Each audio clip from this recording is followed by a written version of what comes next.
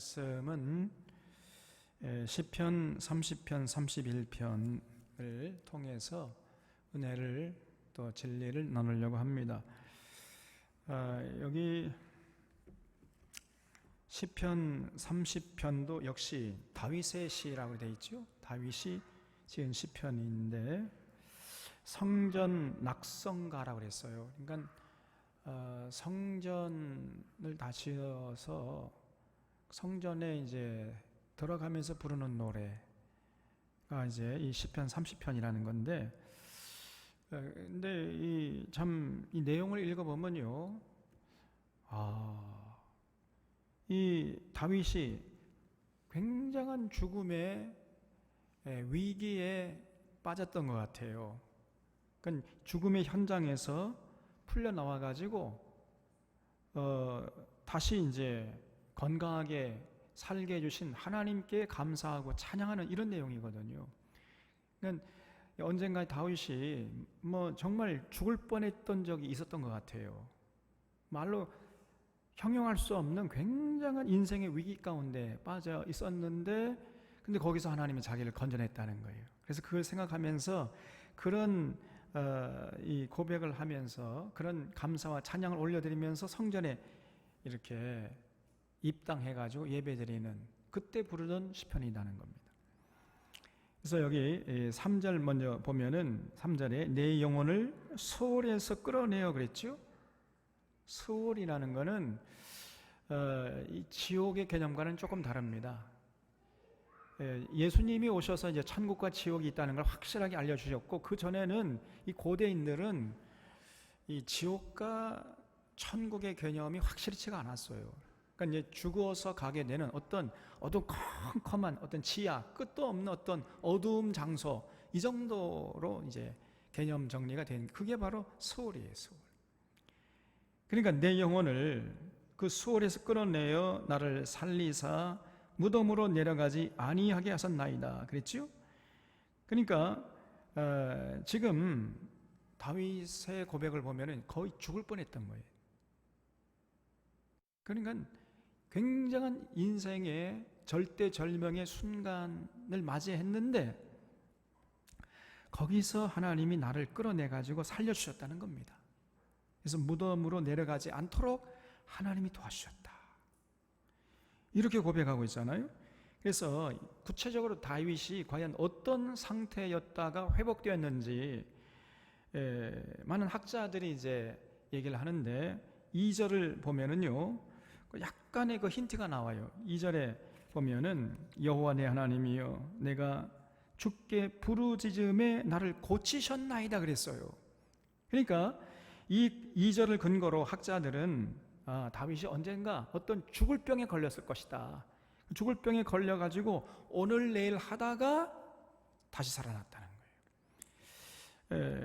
그래서 이 구절만을 보면은 다윗이 어떤 병에 걸렸다가 회복됐는지는 알 수가 없어요. 그러나 다윗이 어떤 중병에 걸렸다가 그 죽음 직전에서 신음하고 있다가 회복되었다는 것은 어느 정도 확실한 것 같습니다.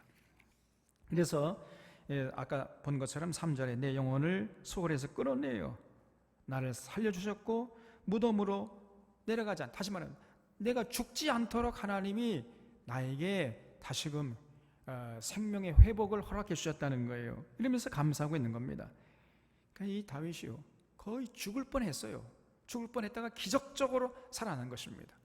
다른 주변 사람들은 저거 다윗은 죽었어, 이제 저 죽은 목숨이야, 다 그렇게 생각하고 있었는데 놀랍게도 다윗이 회복된 겁니다. 그래서 5절에 그의 노여움은 잠깐이요 그의 은총은 평생이로다.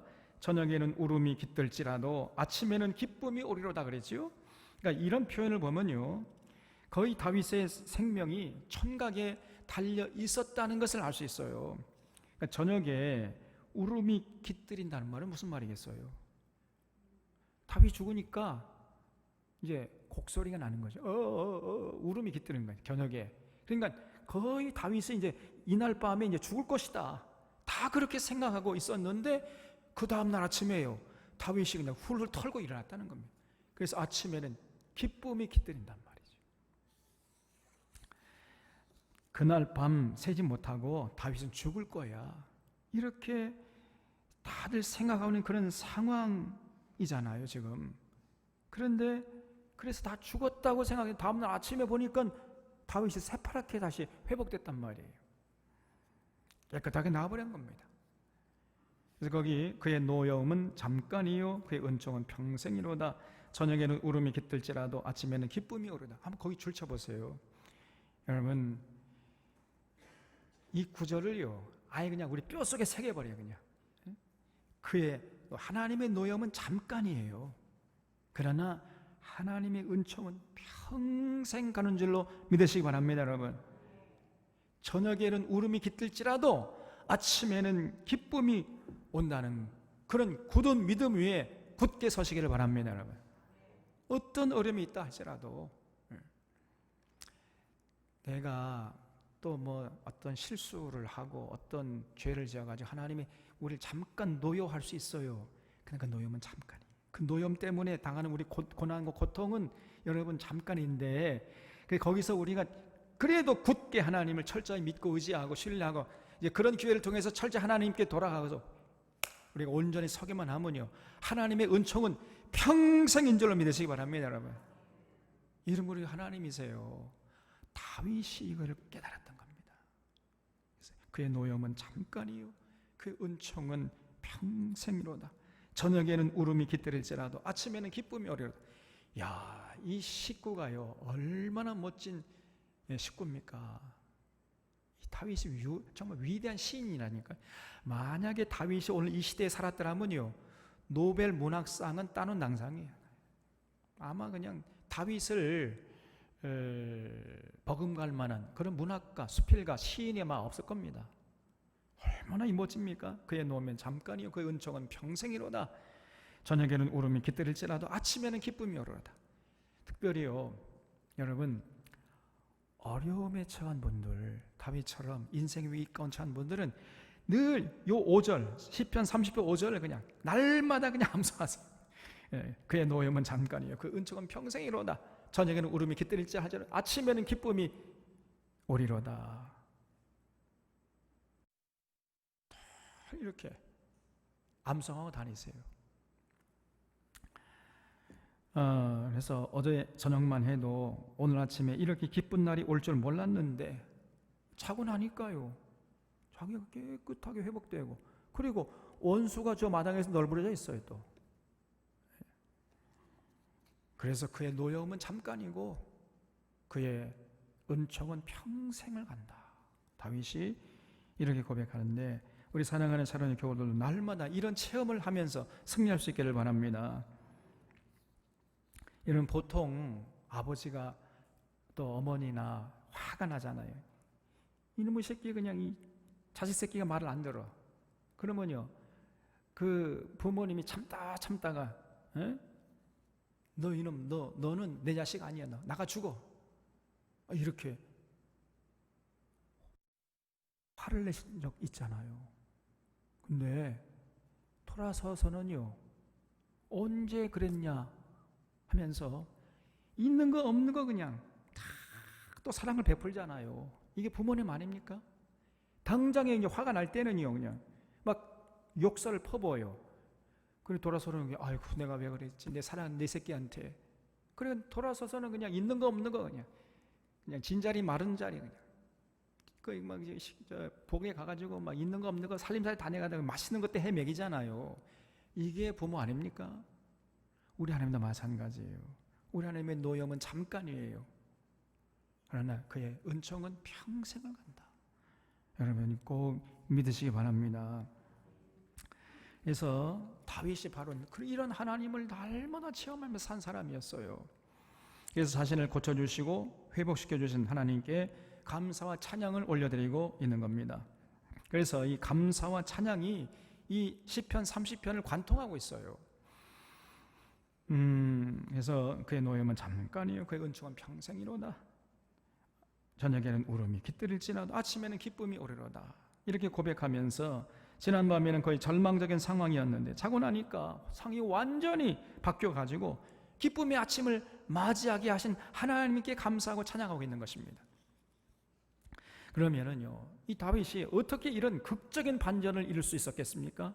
그 비결이 뭐예요? 8절에 보면 여호와여 내가 주께 부르짖고 여호와께 간구하기를 그랬지요. 그러니까 이 다윗은요, 그 절망적인 상황에서, 절대절명의 그 위기의 순간에서 여전히 하나님을 향한 믿음을 포기하지 않고 굳게 붙잡았던 거예요. 이것이 비결입니다, 여러분. 그래서 저녁에는 울음이 깃들일지라도 아침에는 기쁨으로 맞이하는 이런 복을 누리게 된 거예요. 그래서 여러분, 이 다윗이요, 하나님 앞에 어려움이 오면 올수록 더 하나님께 매달렸어요. 눈물로 하나님께 기도하고 간구했던 겁니다. 가만히 앉아있질 않았어요. 어려움이 오면 보통 사람들은 낙심하고 절망하고 오히려 믿음의 자리를 떠나버리는데, 다윗은요, 어려움이 오면 올수록 더 하나님께 나가서 더 철저히 하나님을 신뢰하고 의지하고 하나님께 기도하고 간구했던 것입니다. 그런데 그 기도와 간구의 내용이 뭔가? 9절 보세요. 내가 무덤에 내려갈 때 나의 피가 무슨 유익이 있으리요? 진토가 어떻게 주를 찬송하며 주의 진리를 선포하리까? 여호와여 들으시고 내게 은혜를 베푸소서. 여호와여 나를 돕는 자가 되소서 하였나이다. 다윗이 이렇게 기도했어요. 우리 사랑하는 사랑의 교우들도 인생의 위기에 처했을 때 이렇게 기도할 수 있기를 바랍니다, 여러분. 어떻게 기도했냐면요, 하나님, 이걸 이 9절 이하를 제가 쉬운 말로 풀어드릴게요. 이 9절 이하 무슨 뜻인지 이해가 돼요? 잘 이해가 안 되죠. 이 한 10번 이상 읽으면 이해가 돼요. 근데 딱 한 번 읽으면 이게 무슨 말인가 이해가 잘 안 돼요. 근데 제가 쉽게 풀어드리면 이런 뜻이, 하나님, 제가 죽으면 하나님을 찬양할 사람이 없지 않겠습니까? 하나님을 찬양할 사람이 사라지지 않습니까? 제가 죽으면 누가 하나님을 찬양하겠습니까? 그러면 제가 죽으면 하나님도 손해 아닙니까? 예? 저 진토가 하나님을 찬양하겠습니까? 이런 얘기예요. 그러니 어떻게 달라는 거예요? 나를 죽지 않게 해달라. 내가 완전히 망하지 않게 해달라. 내가 죽게 되고 내가 완전히 내 사업이 망하면 누가 하나님의 뜻을 받들고 누가 하나님의 일을 하겠습니까? 예? 그러면 하나님도 손해 아닙니까?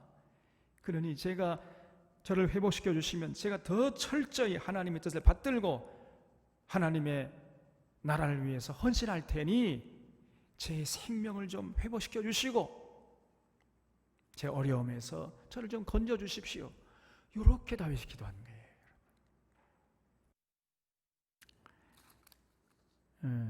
내가 죽으면 주님을 찬송하고 주님의 진리를 선포할 종이 없어지는 거 아닙니까? 그러면 하나님만 손해 아닙니까? 하려면 하십시오. 그냥 나 죽이려면 죽이시오. 쉽게 말하면요, 이런 뜻이라니까요. 그러면 하나님만 손해 아닙니까? 내가 죽으면요, 저 진토가, 저 진흙이, 저 돌멩이가 하나님을 찬양하고 하나님의 그 진리를 선포하겠습니까? 그럴 수 없는 거 아닙니까? 그러니 하나님, 제 생명을 연장시켜 주시고 저를 회복시켜 주시면 제가 더 하나님을 사랑하고 하나님의 뜻을 받들고 하나님 나라를 위해서 앞장서겠습니다. 이렇게 기도했던 거예요. 우리 사랑하는 사랑의 교우들도 이렇게 기도할 수 있기를 바랍니다, 여러분. 인생의 위기에 봉착했을 때는요, 이렇게 기도할 필요가 있는 거예요. 그렇지 않습니까? 하나님, 제가 죽고 제 사업이 망하면 누가 하나님을 찬양하겠으며 누가 진리의 말씀을 선포하겠으며 과연 누가 선교를 할 수 있겠습니까? 그러니 하나님, 저를 좀 살려주십시오. 이렇게 기도했던 거예요. 그러니까 여러분, 우리가 어떤 위기에 봉착했을 때 단순히 그 위기에서 벗어나게 해달라고 하는 것은 별 의미가 없습니다, 여러분.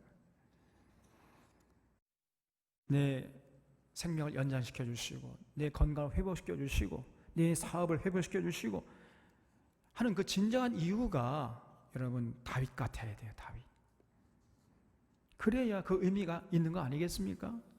아니, 하나님이 살려줬더니 말이에요, 더 나쁜 짓을 한다면 하나님이 살려주는 게 아무 의미가 없잖아요. 그럼 하나님이 아이고 내가 왜 저것을 살려줬던 거, 그때 죽을 때 그냥 가만히 내버려 둘 것을 하나님이 후회하지 않겠습니까? 그래서 구약 성경에 보면요, 하나님이 이제 죽을 병에 걸렸던 히스기야를 살려주시잖아요. 히스기야가 이제 죽을 병에 걸렸다 이사야가 와서 얘기해주고 하니까요, 다 큰 남자가 울어요. 또 면벽을 하고. 그러니까 하나님이 또 짠해가지고 이사야 다시 가라, 저 운다 젠장 저거. 그래 15년 더 살려준다고 전해줘라. 그렇게 해가지고 히스기야가 기적적으로 죽을 뻔하다가 살아났어요. 그러면 이 하나님의 은총을 받았으면요, 히스기야가 정말 하나님을 잘 살펴가지고 하나님의 뜻을 이루는데 헌신해야 할 거 아닙니까? 그런데 이 히스기야가요, 그 죽을 뻔한 병에 걸렸다가 다시 살아난 후에 엉터리로 살았어요. 엉터리로. 네? 그래가지고 그 남아돌은 그 건강을 가지고요, 헵시바라는 그런 여인을 만나가지고 결혼을 했어. 그래가지고 누굴 낳았죠? 므낫세라는 이놈은 세상의 천하의 악당이야. 이게 세상의 천하의 악당을 낳았어요. 그래서 이 므낫세가 이제 왕이 돼가지고 12살 때 왕이 돼가지고 무려 55년 동안 이스라엘을 다스리지 않았습니까? 남유다를. 이 55년 동안 남유다를 다스리면서 완전히 나라를 말아먹은 거예요. 이 이스라엘이란 나라의 국운을 꺾어버렸어요. 왜냐하면 이 므낫세가 그 55년 동안 제위하면서 온 국민들, 온 백성들에게 우상 숭배했어요. 하나님을 섬기지 못하게 하고 전국 방방곡곡에 우산 단지를 세워놓고 신전을 세우고 바알 선지자들을 우대하고 권력의 핵심부에 앉혀놓고, 그리고 자기에게 저항하는 이런 사람들 다 잡아다가 그냥 함부로 사람을 죽여버리고, 그리고 하나님 보낸 선지자들은 전부 다 쫓아내버리고, 그래서 온 나라를 우상화시켜버렸습니다. 그리고 철권 통치를 했어요. 함부로 자기 말을 거역하는 사람 잡아다가 사람을 파리 목숨처럼 죽여버리고, 이런 끔찍한 짓을 했습니다. 55년 동안이나. 그러니까요, 므낫세는 왕이 되어서는 안 될 사람일 뿐 아니라 태어나서는 안 될 사람이었어요. 그러니까 히스기야가 그 15년 더 살지 않고 죽었어야 되는 거예요. 하나님이 괜히 살려준 거예요. 하나님도 의미가 없잖아요. 뭔가 하나님도 뭔 신나야지 뭐. 살려줬더니 온갖 나쁜 짓만 하고 말이에요. 그러면 하나님이 왜 살려주시겠습니까? 그래서 여러분, 일반 사람들처럼 그냥 병이 걸렸을 때, 인생의 위기에 처했을 때 하나님 이 위기에서 좀 벗어나게 해주십시오, 이 병을 좀 해보시오, 이렇게 기도한다는 것은 별 의미가 없어요. 그 앞에 전제가 붙어야 됩니다. 하나님, 제가 죽으면 하나님의 일을 할 사람이 없지 않습니까? 그럼 제가 최선을 다해서 하나님의 일을 할 테니 저를 좀 살려주십시오, 이 인생의 위기에서 벗어나게 해주십시오, 이렇게 기도해야 돼요. 철저하게 여러분이 회개해야 됩니다. 그래서 인생의 위기는요, 회개할 기회고 하나님께 돌아갈 기회고, 자신의 삶을 돌아보면서 철저하게 거듭나야 하는 시기예요. 그러면요, 하나님도 그런 사람을 주목해가지고 회복시켜 주신단 말이에요. 그러면 하나님도 유익이 있는 거 아닙니까? 그리고 자기에게도 유익이 있는 거예요. 그렇지 않은 상태에서 괜히 뭐 병이 회복되고 뭐 그러면 더 나쁜 짓만 더 많이 할 거 아니에요. 빨리 그런 사람은 빨리 죽는 게 더 나아요. 그렇지 않습니까? 괜히 더 살아가지고 밥만 축내고 말이에요. 밥을 똥으로 만드는 기계로 앉아있고 사람을 해코지하고 또 나쁜 짓만 하다가 죽으면 더 사는 것이 의미가 없지 않습니까, 여러분? 그래서 우리가 기도할 때 다윗처럼 기도해요. 다윗처럼. 그래서 이 시편 118편에도 보면요, 하나님, 제가 죽지 않고 살아서 하나님이 기뻐하시는 일을 선포하겠나이다, 이렇게 기도했어요. 항상 다윗은요, 이렇게 눈물로 인생의 위기에서 기도하고 간구했던 겁니다. 하나님, 제가 살아 있어야 하나님의 일을 할 수 있지 않겠습니까? 제가 죽게 되면 누가 하나님의 이 일을 하겠습니까? 이렇게 기도했다니까요. 하나님, 저를 살려주시. 성경 강좌 할 사람이 없는데 누가 하겠습니까, 하나님? 여러분, 항상 그렇게 기도하시기 바랍니다. 그러면 하나님도요, 깊이 생각하신다니까요. 그래서 이렇게 눈물로 다윗이 하나님께 기도했더니요, 11절에 하나님 응답해 주신 거예요. 주께서 나의 슬픔이 변하여 내게 춤이 되게 하시고 나의 베옷을 벗기고 기쁨으로 띠띠우셨나이다 그랬죠. 그러니까 여러분, 이렇게 다윗이요, 좀 어떻게 보면 떼쓰는 기도죠. 그렇게 기도했더니 슬픔이 변하여 춤이 되게 했다는 거예요. 하나님께서 나의 베옷을 벗기고, 이 베옷이라는 건 뭐냐면, 베옷을 누가 입죠? 이제 죽을 사람이 입는 거 아닙니까? 거의 죽을 환자가 베옷을 입고 있다가 그 베옷을 벗겨버리고 기쁨으로 띠를 띠우셨단 말이죠. 그러니까 이 병에서 완전히 벗어나게 하셨다는 얘기입니다. 놀라운 반전을 허락하신 거예요. 저녁에는 울음이 깃들었었는데 아침에는 기쁨이 찾아왔다는 것입니다. 그래서 12절에 이는 잠잠치 아니하고 내 영광으로 주를 찬송하게 하심이니 여호와 나의 하나님이여 내가 주께 영원히 감사하리이다. 이렇게 고백하고 있어요. 자기의 육체가 병에서 고침받은 일 가지고 감사와 찬송을 이제 하고 있는데, 근데 여러분, 우리가 여기서 조금 더 깊이 생각해야 할 것이 있어요. 그건 뭐냐면, 여기서 간과해서는 안 될 한 가지가 있는데, 지금 다윗이 하나님께 감사하고 찬양하고 있지만은 그 감사와 찬송의 이유가 하나님이 제 건강을, 제 인생의 위기에서 벗어나게 해주셔서 감사합니다, 이런 차원도 있지만은 더 깊은 차원이 있었어요. 그건 뭐냐면, 하나님의 위대하심으로 나를 이렇게 회복시켜 주셨음을 인정하면서 찬양하고 있는 것입니다. 이거는 굉장히 큰 차이예요. 아주 작은 차이 같지만 굉장한 차이입니다, 여러분.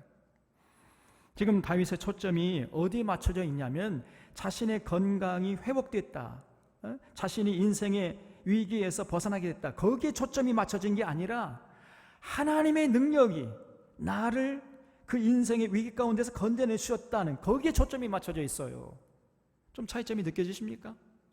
이거 완전히 다른 거예요. 여러분, 그러니까 만약에 다윗이 하나님을 찬양하는 이유가 자기의 건강이 회복되었기 때문에 찬양한다면, 거기에 초점이 맞춰 있다면, 만약에 다윗이 건강이 회복되지 않았으면 찬양했겠어요, 안 했겠어요? 네? 안 했겠죠. 근데 다윗은 자신의 건강이 회복된다는 데 초점이 맞춰 있는 게 아니라 하나님의 능력으로 자신의 건강이 회복되었다, 하나님의 능력의 방점이 찍혀 있어요. 그러니까 자신의 건강이 회복되지 않았다 할지라도, 만약에 하나님의 능력의 방점이 찍혀 있으면 자신의 건강이 회복되지 않았을지라도 찬양해요, 안 해요? 할 수 있는 거죠. 이 차이점이 있습니다, 여러분. 그래서 다윗처럼 하나님의 능력에 초점이 맞춰져 있는 사람은 언제나 어디서나 어떤 형편에서든지 감사하고 찬양할 수 있지만은, 그러나 자신의 건강 회복이나 아니면 자신의 인생의 위기에서 벗어나는 데 초점이 맞춰져 있다면은, 자신의 문제가 해결되지 않으면요, 이 사람은 하나님을 찬양하지 않는 거예요. 그렇지 않습니까? 하늘과 땅만큼 차이가 나는 삶이 되는 것입니다. 그래서 항상 다윗은요, 하나님의 능력이 자신을 건져내셨다, 소홀에 내려가지 않고, 저녁에는 울음이 깃들었지만은 아침에는 기쁨이 오리로다, 이런 삶을 살게 하신 것이 하나님의 능력 때문이다. 항상 하나님의 능력에 초점이 맞춰져 있었습니다. 그래서 다윗이 30편 시작할 때 1절에 보면 여호와여 내가 주를 높일 것은, 이렇게 시작하죠. 여호와여 내가 주를 높일 것은 주께서 나를 끌어내사 내 원수로 하여금 나로 말미암아 기뻐하지 못하게 하심이니이다 그랬어요. 그리고 마지막 구절도 여기 30편 12절에도 말이죠. 나의 하나님이여 내가 주께 영원히 감사하리이다, 이렇게 시편을 마치고 있는 겁니다. 그러니까 다윗의 관심은요, 언제나 하나님의 능력, 하나님의 은혜, 하나님의 사랑, 여기에 초점이 맞춰져 있었어요. 그래서 그 하나님의 능력으로 자신을 회복시켜 주신 그것에 대해서 감사하고 있는 것이지, 자신의 건강 회복되어서 감사, 이런 차원이 아니란 말이죠. 조금 차이가 느껴지십니까? 그래서 다윗의 시선은 자신의 병고침에 있는 것이 아니었고 하나님의 위대하신 능력과 사랑에 초점이 맞춰져 가지고 그래서 감사하고 감격하고 있는 것입니다. 이 짧은 시편에 여호와여 이런 말이 10번이나 반복되어 있어요. 여호와여, 여호와여, 여호와여. 그리고 여호와 나의 하나님이여, 이런 말이 2번이나 또 반복되고 있습니다. 그러니까 언제나 이 하나님이 하시는 일, 하나님의 그 사랑과 그 은혜와 그 능력, 이것이 자기 일을 통해서 역사했다는, 거기에 감사하는, 감격하고 있는 거예요. 이것을 여러분 꼭 기억하시기를 바랍니다. 그래서 우리가 중요한 것은 항상 우리의 시선과 우리의 관심이 하나님의 능력, 하나님의 은혜, 하나님의 사랑, 거기에 초점이 맞춰져야 돼. 그러면요, 진실로 우리 하나님의 노여움은 잠깐이지만 하나님의 은총은 영원하다, 평생이라는 이런 체험을 하게 되면서 이런 고백을 하나님께 올려드리게 될 줄로 믿습니다, 여러분. 그래서 이런 사람은요, 언제나 하나님 그 사랑과 그 은혜와 그 능력에 초점이 맞춰 있기 때문에 어떤 형편에서든지 감사하고 찬양할 수 있어요. 또 그렇기 때문에 어떤 형편에 감사하고 찬양하기 때문에 어떤 형편이 와도 그 형편을 이겨낸단 말이죠. 이게 만사형통한 삶입니다. 만사형통한, 제가 늘 말씀드리지만은 아무 일이 없기 때문에 뭐 계획한 대로 다 일이 척척척척 잘 진행되기 때문에 만사형통이 아니라, 무슨 일을 만나도 어떤 형편에 처해 있다 할지라도 그 위기를 극복해 낸다는 의미에서의 만사형통이에요. 여러분, 우리가 세상 사는데 세상이 그렇게 단순하지 않습니다. 우리가 아무리 계획하고 이렇게 하면 이대로 잘 될 거다, 세상이 그렇지 않아요. 생각하지 못한 어려움이 엄습할 때가 있고요, 굉장한 어려움과 또 고난에 부딪힐 때가 있는 겁니다. 믿는 자나 믿지 않는 자나 다 똑같은 거예요. 그러나 믿는 자의 차이점은 뭐예요? 어떤 어려움이 와도 그걸 이겨내. 그래서 만사형통이에요. 무슨 일을 만나든지 만사형통하리라 그랬잖아요. 무슨 일을 만나도 이겨내는 겁니다. 이게 믿는 자와 믿지 않는 자의 차이점이에요. 하나님의 능력, 하나님의 사랑, 하나님의 은총에 항상 초점이 맞춰져 있는 그 인생이라는 거는요, 만사형통한 삶을 살게 된다. 만사형통. 다윗이 그랬던 겁니다. 다윗이. 그래서 여러분, 이런 믿음은요, 굉장한 역사를 일어나가는 거예요. 많은 사람들은 절망하고 슬퍼할 수밖에 없는 상황도 하나님께서 그 절망의 순간을 기쁨으로 바꾸실 분이라는 이런 믿음이 있는 사람은 절대로 절망하지 않습니다. 사람들은 베옷을 입을 수밖에 없다고 다들 이구동성으로 얘기하지만은, 그러나 그런 믿음이 있는 사람은요, 하나님께서 그런 상황도 기쁨의 옷을 입혀주시는 그런 놀라운 능력을 체험한다니까요. 기쁨의 띠를 띠게 하시고 춤추면서 하나님을 예배할 수 있도록 그렇게 인도하시는 하나님의 능력을 맛보는 것입니다. 그래서 많은 사람, 저 사람은 오늘 마지막 날, 마지막 밤을 보낸다, 그 밤이 마지막 밤이 될 것이다, 그 울음이 깃든 밤이 될 것이다, 보낼 것이다, 이렇게 생각하는 상황도요, 하나님이 바꿔주신다니까. 밤을 아침에 기쁨으로 새 아침을 맞이하게 한단 말이에요. 이런 복을 우리 사랑하는 자라의 교우들이 만끽하면서 승리할 수 있기를 주님의 이름으로 부탁을 드립니다. 그래서 언제나 이런 믿음 있는 사람은요, 입에서 감사와 찬양이 끊이지 않는 거예요. 감사와 찬양이. 여러분, 다윗은 보세요. 이렇게 인생의 위기 가운데서 지금 이제 병에 걸려가지고 오늘 죽을지 내일 죽을지, 저 사람은 오늘 죽을 거야, 오늘 밤에는 울음이 깃들 거야, 이렇게 생각하는 상황에서도 찬양하고 있잖아요. 감사하고 있고, 여러분 그렇게 할 수 있겠습니까? 죽어가면서도 감사하고 찬양할 수 있겠느냐고요. 근데 또 반대로 이스라엘 왕조 시대를 열어젖혔던 초대왕, 이스라엘의 초대왕 사울이죠. 사울은 날마다 평안한 가운데서도 하나님께 감사하거나 찬양하지 않았습니다. 모든 일이 다 잘 되고 많은 사람들이 자기를 왕으로 추대하고 칭송하고 있는 가운데서도 하나님을 찬양하고 감사하지 않았어요. 다윗은 인생의 위기 가운데서 찬양하고 감사했는데 사울은 날마다 승승장구하는 상황 속에서도 감사하거나 찬양하지 않았습니다. 이렇게 삶이 달라요. 그러니까 그 삶이 사울과 다윗의 삶이란 하늘과 땅만큼 차이가 나는 거예요. 만약에 여러분이 하나님이라면 다윗에게 복을 주겠습니까? 사울에게 복을 주겠습니까? 네? 그래서 언제나 우리가 이 다윗과 같은 삶을 잊지 마셔야 됩니다. 자, 시편 31편을 보겠습니다. 시편 31. 이것도 이제 다윗의 시편인데 이 시편 중에서 가장 유명한 구절은 시편 31편 5절이에요. 이 시편 31편 5절에 보면은 내가 나의 영을, 이 영이란 영혼이라고 할 수 있죠. 나의 영혼을 주의 손에 부탁하나이다. 이게 나오죠. 우리 같이 한번 여기 5절 앞에만 한번 같이 읽어보겠습니다. 시작. 내가 나의 영혼을 주의 손에 부탁하나이다. 여러분, 우리가요 마지막 순간에 이 구절을 암송하고 하나님의 품에 안길 수 있기를 바랍니다. 주여, 내가 나의 영혼을 주님께 부탁하나이다. 이 시편 31편 5절의 19를 누가 맨 먼저 암송했지요? 예? 누가? 예수님이 그랬잖아요. 예수님이 십자가상에서 예수님이 운명하기 직전에 주여 하나님 내 영혼을 주님께 부탁하나이다 이러시고 운명하셨잖아요. 유명한 구절입니다. 이 시편 31. 그러니까 예수님이 이 시편 31편을 암송하고 계셨다는 것을 알 수 있어요. 예수님이.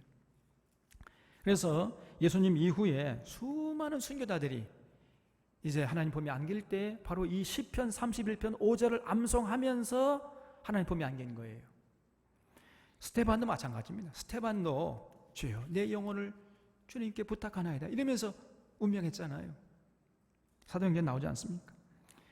1710년에 1170년에 그러니까 1170년이면 중세 시죠. 중세 초기에 당시는 이제 여러분 이 교황의 권위가 황제의 권위보다 더 높았어요. 그러니까 황제로 등극하면 교황 앞에 와서 무릎을 꿇고 교황이 인정해 줘야 황제로 등극해가지고 황제의 일을 할 수 있었던 겁니다. 그 정도로 교황의 위세가 더 셌던 거예요. 올로 말하면요, 대통령으로 이제 딱 시무를 하려면은 먼저 저한테 와야 되는 거죠. 와가지고 제가 대통령 됐습니다. 인호를 해 주시옵소서. 그러면 이제 그 교황이 내가 당신을 대통령으로 인정합니다. 그러면 그때부터 이제 대통령 노릇을 할 수 있었단 말이에요. 그러니까 교황이 황제보다도 더 높았어요. 중세 때는. 그 여러분 다 이해가 되시죠? 그래서 그때 한참 이제 영국에서 이제 국가 권력하고 세상 권력하고 이제 교회 권력하고 막 암투를 벌이 누가 더 세냐 막 이렇게 이제 암투를 벌였을 때 영국의 캔터버리 성당에서 그 당시에 황제였던 영국 왕이었던 헨리 5세가요 군사를 보내가지고 캔터버리 주교였던 토마스 백이라는 이 주교의 목을 잘라 죽여버렸어요. 그러니까 순교를 했는데 순교하면서 이 토마스 주교가 내 영혼을 주의 손에 맡기나 이러고 또 돌아가셨습니다. 유명한 사건이죠. 또 헝가리 종교개혁자 요한 후스라는 이런 분이 있어요. 굉장히 유명하신 분입니다.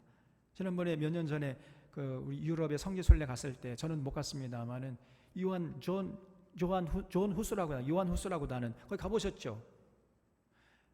거기에 마틴 루터보다도 100년 전의 사람이에요. 이 존 후스라는 사람이. 근데 이분이 제가 보니까 정말로 성경적인 사람이에요. 이분은 구원은 예수님의 은혜로 구원받지만은, 구원받은 사람은 반드시 성경에 있는 율법을 따라야 된다, 지켜야 된다, 이런 주장을 편 사람이에요. 그랬더니 당시에 이제 중세가 존 후스를 이단으로 몰아가지고 그냥 죽여버렸어요.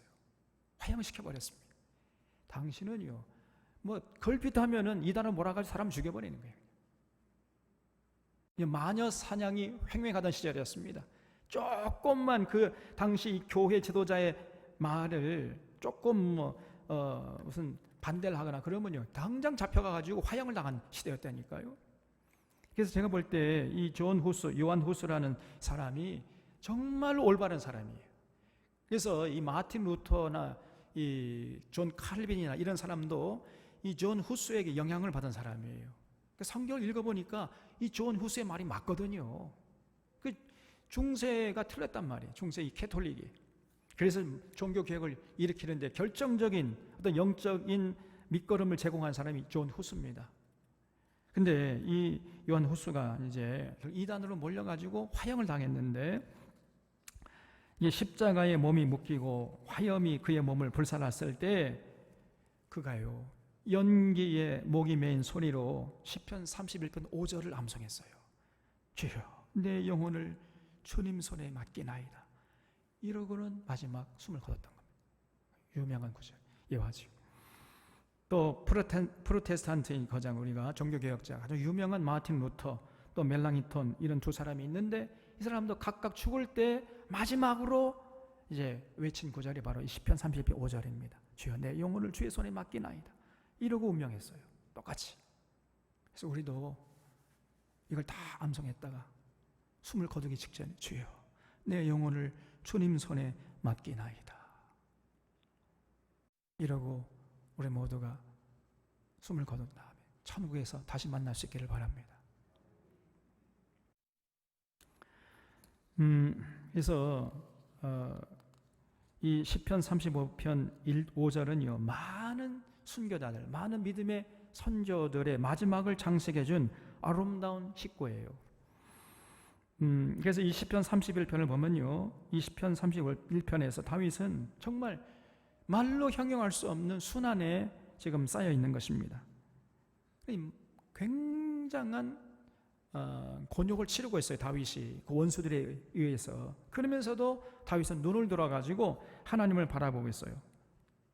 30편에서 보는 거죠. 추워도 그 신앙이 흔들리지 않고 있습니다. 그래서 31편을 보면은 영혼을 괴롭게 하는 고통도 기록하고 있고, 그리고 그것으로 그치는 것이 아니라 그렇게 고통스러운 가운데서도 눈을 들어서 하나님을 바라보고 하나님께 모든 것을 내어 맡기겠다는 그런 결연한 의지도 거기에 담겨 있는 것을 볼 수 있습니다. 1절을 보겠습니다. 여호와여, 내가 주께 피하오니 나를 영원히 부끄럽게 하지 마시고 주의 공의로 나를 건지소서. 내게 귀를 기울여 속히 건지시고 내게 견고한 바위와 구원하는 산성이 되소서 그랬어요. 그러니까 다윗은요, 그렇게 고통 가운데서도 자신을 지켜주시는 분은 오직 여호와 하나님이심을 믿고 고백하고 있습니다. 내가 주께 피하오니 그랬죠? 내가 주께 피하니까 하나님 저를 부끄럽게 하지 말아 주십시오. 내게 견고한 바위와 구원의 산성이 되어 주십시오. 이렇게 기도하고 있잖아요. 3절에 주는 나의 반석과 산성이시니 그러므로 주의 이름을 생각하셔서 나를 인도하시고 지도하소서 그랬어요. 그러니까 지금 제가 생각해 보니까 지금 다윗이 어떤 형편이냐면요, 사울의 시기와 질투로 인해서 다윗이 10년 동안 도피 생활을 했잖아요. 지금 사울이요, 눈에 불을 켜고 군사를 보내가지고 지금 다윗을 잡아 죽이려고 하는 상황이에요. 그러니까 사울의 군사들이 막 때로는 1000명씩, 때로는 2000명, 3000명씩 몰려다니면서 지금 함정을 파놓고 그물을 치고 다윗을 기다리고 있는 거예요. 지금 그 그물에 걸리기만을 기다리고 있는 그런 상황이었습니다. 이런 세월을 10년 이상 다윗이 보냈다니까요. 그러니 얼마나 어려웠겠습니까? 그런데 그러한 도피 생활을 10년 동안 다윗이 이제 했는데 항상 다윗의 눈에는 사울이 어디 있는지가 보여요. 근데 사울의 눈에는 그렇게 눈에 불을 켜고 다윗을 잡아 죽이려고 덤벼들음에도 불구하고 다윗이 어디 있는지 전혀 안 보이는 겁니다. 이게 하나님의 은혜였어요. 다윗은 맨날 도망치는 신세예요. 사울은 눈에 불을 켜고 그냥 3,000명 이상 되는 군사들을 다 전국에 풀어가지고 다윗을 잡아 죽이려고 하는 이런 상황인데, 지금 쉽게 말하면 사울은 갑이고 다윗은 을이었거든요. 모든 공권력을 지금 사울이 다 한 손에 쥐고 온 지금 전국을 샅샅이 뒤지고 있는데 다윗이 어디 있는지 전혀 안 보여요. 근데 다윗은요, 아무것도 없어요. 맨날 도망치는 신세인데 사울이 어디에 있는지 훤히 보이는 거예요. 그래서 다윗이 사울을 죽일 수 있는 2번의 기회가 있었죠. 2번씩이나 다윗은요, 사울이 어디 있는지 다 죽일 수 있음에도 안 죽였잖아요. 이게 하나님의 은혜라는 것을 다윗이 깨달았어요. 그래서 하나님이 여기 4절 보면요, 이렇게 고백합니다. 그들이 나를 위하여 비밀이 친 그물에서 빼내소서. 주는 나의 산성이시니이다. 이렇게 고백하였습니다. 그 원수들이 쳐놓은 비밀스러운 그 그물, 그걸 어떻게 요리조리 잘 빠져나가도록, 알고 보니까 다윗이 잘나서 그런 게 아니라 하나님이 자신의 산성이 되어가지고 은혜의 방패로 자기를 보호해 주셨기 때문이라는 겁니다. 이런 고백을 하고 있어요. 그래서 5절에 내가 나의 영을 주의 손에 부탁하나이다. 진리 하나님 여호와여 나를 속량하셨나이다. 내가 허탄한 거짓을 숭상하는 자들을 미워하고 여호와를 의지하나이다. 내가 주의 인자하심을 기뻐하며 즐거워할 것은 주께서 나의 고난을 보시고 환난 중에 있는 내 영혼을 아셨으며 나를 원수의 수중에 가두지 아니하셨고 내 발을 넓은 곳에 세우셨음이니이다. 여호와여 내가 고통 중에 있사오니 내게 은혜를 베푸소서. 내가 근심 때문에 눈과 영혼과 몸이 쇠한나이다. 그랬죠. 그러니까 다윗은 날마다 도피하는, 그러니까 얼마나 여러분 마음에 걱정이 됩니까? 오늘 죽을지 내일 죽을지, 사울의 군사들에게 발각되어 가지고 오늘 죽을지 내일, 아니 5분 후에 죽을지 전혀 알 수 없는 그런 상황이에요. 근데 하나님이 산성이 되어 가지고 구원의 뿔이 되어 가지고 자리를 지켜주시더라는 겁니다. 네, 그런 걸 날마다 체험했지만은 여기 맨 마지막에 내가 근심 때문에 눈과 영혼과 몸이 쇠했나이다. 이렇게 고백하고 있죠. 거기 한번 줄쳐보세요. 내가 근심 때문에 눈과 영혼과 몸이 쇠했나이다. 실제적인 현실은요, 이렇게 어려운 나날이었던 겁니다, 여러분. 근데 거기 내가 근심 때문에 눈과 영혼과 몸이 쇠했나이다. 이 말은 진짜 진실입니다. 여러분, 염려와 근심, 또 두려움, 슬픔, 이런 스트레스가 있으면요, 그 사람은 건강할 수가 없습니다. 그런 염려와 근심과 두려움과 슬픔, 이런 스트레스가 그 사람의 건강을 갉아먹어요. 이건 뭐 많은 의사 선생님들이 이구동성을 하는 얘기 아닙니까? 그래서 항상 걱정, 근심, 스트레스를 줄이십시오. 스트레스가 만병의 원인입니다. 다 그런 얘기를 하잖아요. 지나치게 여러분 신경을 많이 쓰고 염려하고 막 근심하고 또 화를 많이 내고 그러잖아요. 그러면 어떻게 됩니까? 장이 탈이 나요. 장이 안 좋아집니다. 제가 요즘에 장이 안 좋은데, 이게 일반적으로 여러분 이 맹장염이라는 게 있잖아요. 맹장염이라는 것도 이 맹장에 염증이 생기는 것인데, 사실은 그 맹장염도 정신적인 스트레스 때문에 온다라고 많은 의사 선생님들이 이구동성을 하는 얘기입니다. 그 정신적인 고통 때문에 온다고 알려져 있어요, 맹장염이. 또 이 관절염, 이 류마티스 관절염, 이것도 마찬가지입니다. 정신적인 스트레스에서부터 이게 온다. 많은 의사 선생님들이 이구동성하는 얘기예요. 그래서 우리 몸에는요, 이렇게 이제 세균이 들어오면은 그 세균을 잡아먹는 면역 세포가 있잖아요. 그런데 이 면역 세포가 아군인지 적군인지를 분별을 못하는 거예요. 스트레스를 많이 받으면, 걱정과 근심이 있으면은요, 이 면역 세포가 헷갈리는 거예요. 그래서 적군을 공격해야 되는데 아군을 공격해 버리는 거예요. 그걸 제 살을 파고 자꾸 먹어버려요. 그래서 생기는 것이 류마티스 관절염이라는 겁니다. 의사 선생님한테 한번 검증을 받아봐요. 맞습니다. 그래서 이렇게 걱정, 근심, 염려, 이런 스트레스가요, 우리 몸을 상하게 하는 겁니다. 그래서 이 다윗이 하는 고백은 사실이, 내가 근심 때문에 눈과 영혼과 몸이 쇠하였나이다. 이거는요, 진실이에요. 그러니까 다윗 같은 이렇게 정직하게 산 사람도요, 주변에 수많은 원수들이 있어가지고 날마다 걱정과 근심과 두려움에 휘둘려서 살았단 말이죠. 이런 다윗을 하나님이 안보하시고 산성인 구원의 뿔이 되시가지고 지켜주셨다는 거죠.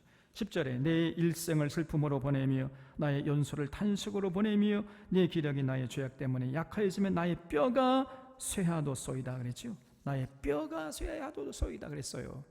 이런 사람이 근심하면요, 뼈가 쇠해버립니다. 뼈가 말라버려요. 그래서 잠언에 보면 근심하면 뼈가 마르고 기뻐하면 골수가 윤택해진다, 이런 얘기가 있어요. 이게 사실입니다. 그래서 정신적인 것이요, 여러분 굉장히 중요한 거예요. 이 정신적인 것이 뼈와 골수와 깊은 상관관계가 있단 말이에요.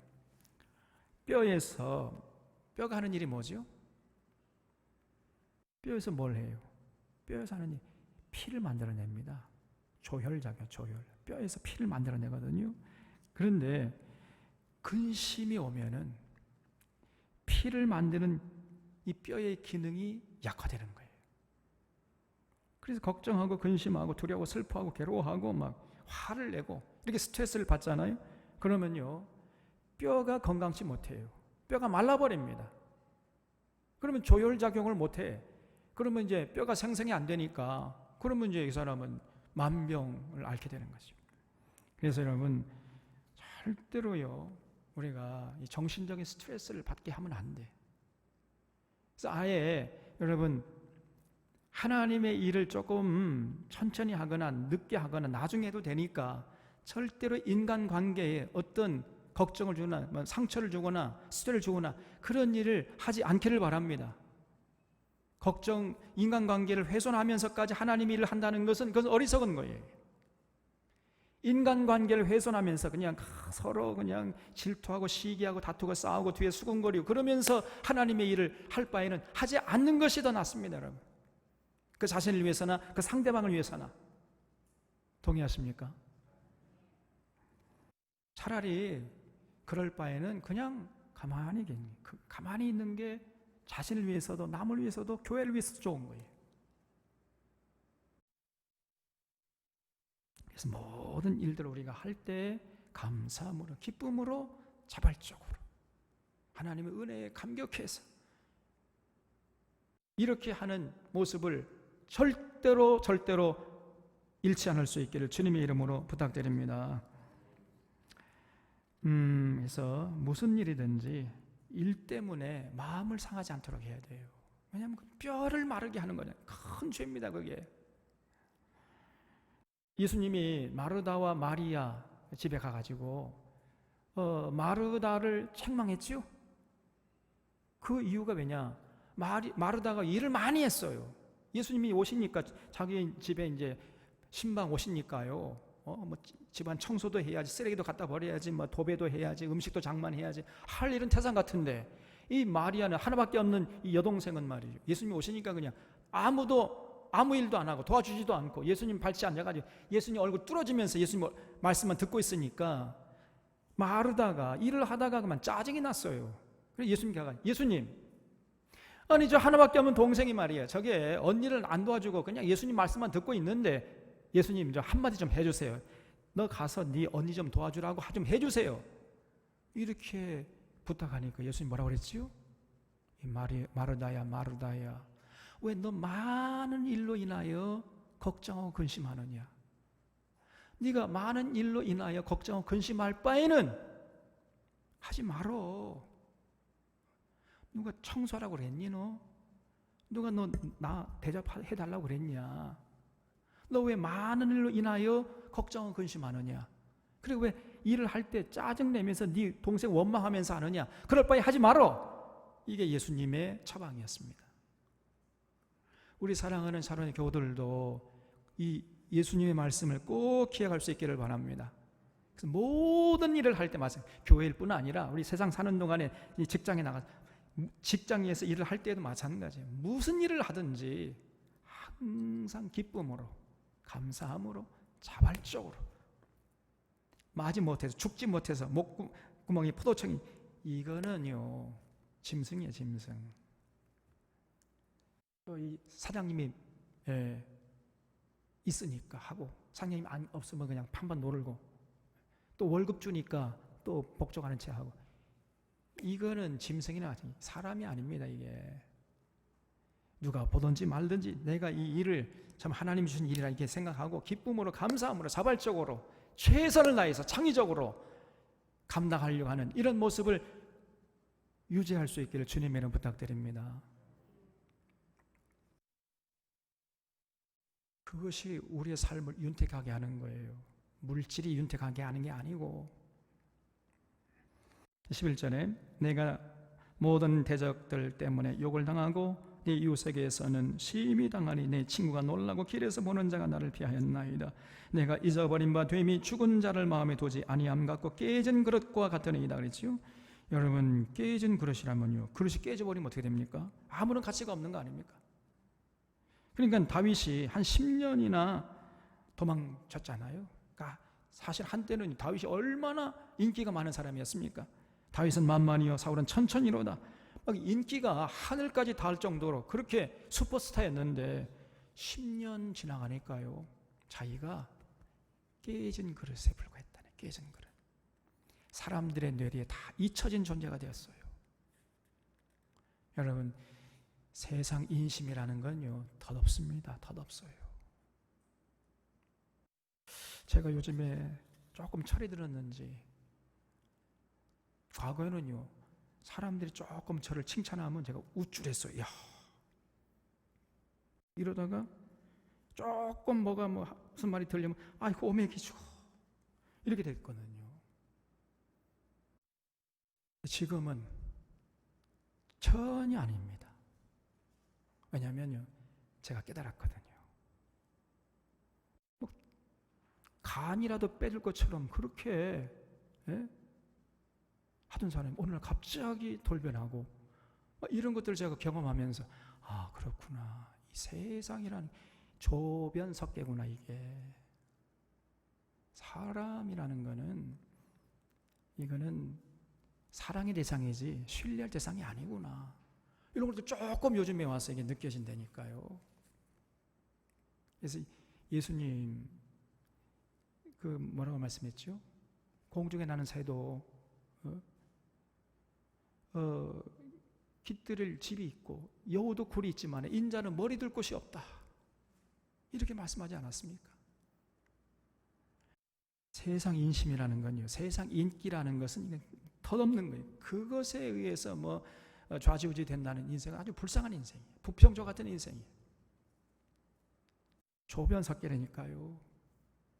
그래서 여러분, 절대로 사람의 무슨 평가 이거에 귀를 기울이는 게 아니라 하나님이 과연 나를 어떻게 생각하실까, 하나님의 평가가 무엇인가, 항상 이런 관점에서 생각하고 행동하고 살아갈 수 있기를 바랍니다, 여러분. 그래서 다윗은요 자신이 한때는 그렇게 인기가 있었는데 지금은 깨진 그릇과 같은 존재가 됐다는 거예요. 아무도 기억하지는 않아. 다윗은 인생 무상이다, 이게.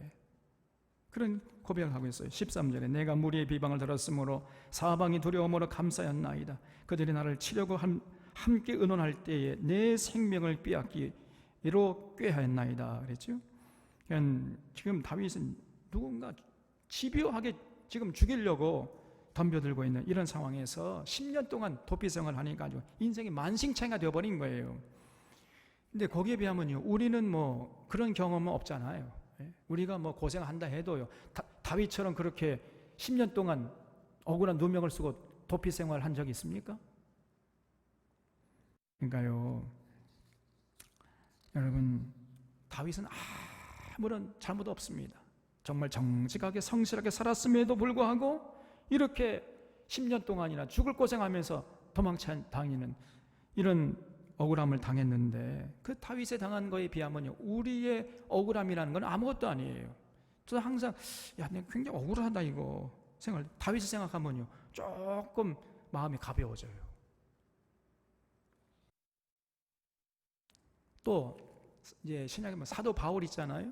사도 바울도 사도 바울이 당한 이 고난에 비하면 우리의 고난이라는 건 이건 뭐 세 발의 피도 아닙니다. 비교할 수가 없어요. 사도 바울은 뭐 날마다 굶주렸습니다. 맨날 먹지 못하고 그냥 굶주렸어요. 그럼 맨날 사람들에게 오해를 받아가 얻어 터지고 돌에 맞아 죽을 뻔하고, 또 40에 하나 감한 매를 5번이나 맞았습니다. 여러분. 굶는 것은 예사고 맨날 얻어 터지고 쫓겨다니고 이렇게 평생 살았어요. 다윗이, 사도 바울이. 거기에 비하면요, 우리가 뭐 설령 어떤 어려움이 있다 할지라도 우리는 조금 어떤 일을 하다가, 주님의 일을 하다가 좀 누구 한 말이 들으면요 기분 나빠요.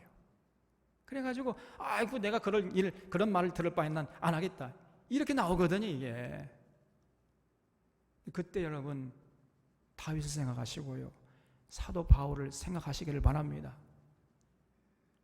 왜 이렇게 세상이 조용해요?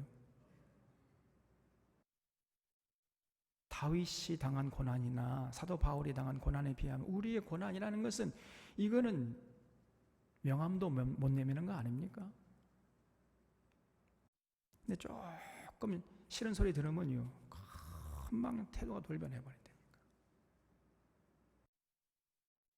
우리 샤론의 교우들은 그런 자들이 한 사람도 없기를 바랍니다. 14절에 여호와여 그러하여도 나는 주께 의지하고 말하기를 주는 내 하나님이시라 하였나이다. 이러면서 이제 그래도 다윗은 낙심하지 않았어요. 그 믿음이 전혀 흔들리지 않죠. 나의 앞날이 주의 손에 있사오니 내 원수들과 나를 핍박하는 자들의 손에서 나를 건져주옵소서. 주의 얼굴을 주의 종에게 비추시고 주의 사랑하심으로 나를 구원하소서. 여호와여 내가 주를 불렀사오니 나를 부끄럽게 하지 마시고 악인들을 부끄럽게 하사 스월에서 잠잠하게 하소서. 그랬어요. 그래서 이제 자기를 핍박하는 이 사람을 향해서 다윗이 기도하기를, 하나님 나를 부끄럽게 하시고 나를 부끄럽게 하지 마시고 악인들을 부끄럽게 하시고 스월에서 잠잠하게 하소서. 이게 무슨 말이에요? 여러분, 스월에서 잠잠하면 어떻게 되죠?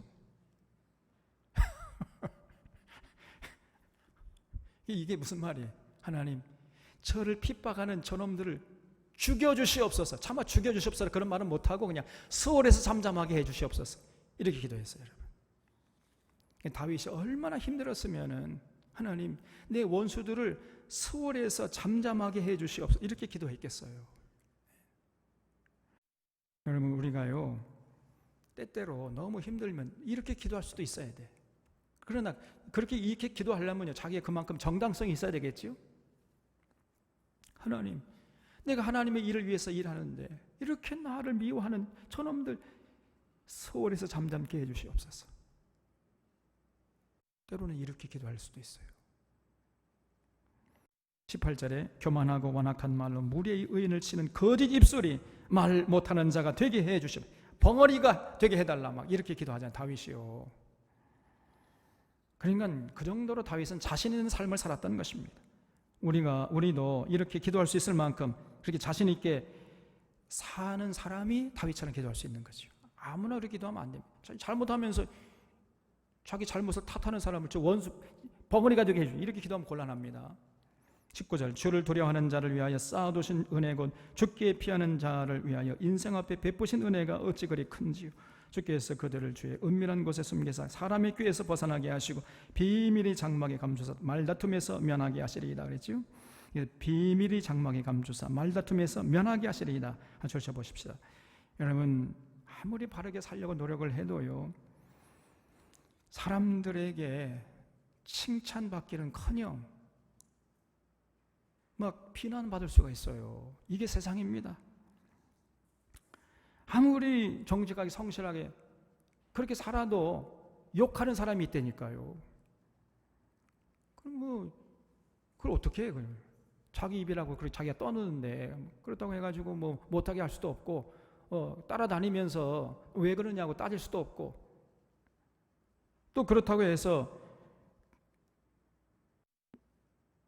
우리의 길을 포기할 수도 없고 말이에요. 저 사람들이 좋아하는 그 길 따라갈 수도 없고, 그런 거 아닙니까? 그래서 여러분, 가가지고 당신 왜 그래? 누가 옳은지 한번 따져보자, 이렇게 하는 것도 헛수고입니다. 괜히 그런 말다툼만 벌어지고요, 마음만 상하는 거예요. 그렇다고 또 우리가 우리의 옳은 길을 포기할 수도 없는 것이고, 그러니까 만약에 그런 상황이 되면은 그때 자신의 억울함을 하소연할 필요도 없고 가가지고 따질 필요도 없고, 그러면 말다툼만 생겨요. 하나님만 바라보는 것입니다. 모든 거 하나님께 맡기고 하나님 아시지요. 그러면 이제 하나님이 교통정리해 주세요. 나중에 조금 세월이 흐르면요, 다 교통정리해 주십니다. 이게 상책이에요. 그래서 하나님이 비밀이 장막에 감추사 말다툼에서 면하게 해주셨다. 얼마나 위대한 고백이에요 이게. 21절에 여호와를 찬송할지어다.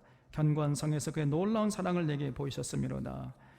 그래서 여러분, 하나님이 다 알아서 교통정리해 주시더라는 거예요.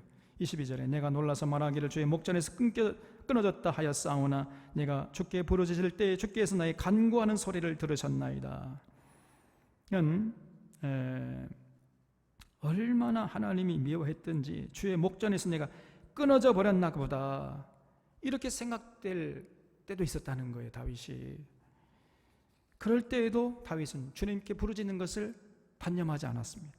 그래서 내 간구하는 소리를 들으셨다, 이렇게 고백하죠. 23절에 너의 모든 성도들아 여호와를 사랑하라. 여호와께서 진실한 자를 보호하시고 교만하게 행하는 자에게 엄중히 갚으시느니라 그랬죠. 여기 진실한 자, 이 말은요, 히브리 말로 아만이라고 그래요. 아만에서 아멘이 나왔다 그랬죠. 아멘. 예, 그렇게 믿습니다. 그렇게 충성하겠습니다, 이런 뜻이잖아요. 그래서 이 아만이라는 건 진실한 자, 성실한 자, 영어로 faithfulness예요. 그래서 여러분, 진실한 자, 성실한 자,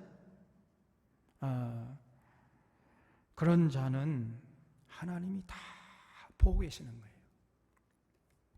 감찰하시는 하나님이십니다. 성실한 자를 보호하시고 교만히 행하는 자를 엄중히 갚으시는 하나님이세요. 이런 믿음 위에 설 수 있기를 바랍니다. 이런 믿음이 다윗의 믿음이었어요. 그래서 이 다윗의 믿음을 우리 사론의 교우들도 이어받을 수 있기를 바랍니다. 그래서 마지막 24절에 여호와를 바라는 너희들아 강하고 담대하라 그랬어요. 우리 모두가 이렇게 하나님 앞에 하나님을 사랑하고 성실하고 진실하게 주님을 따르면서 어떤 상황이 전개된다 할지라도 강하고 담대하게 하나님을 바라보는 자들이 다 되시기를 주님의 이름 부탁드립니다. 기도하겠습니다.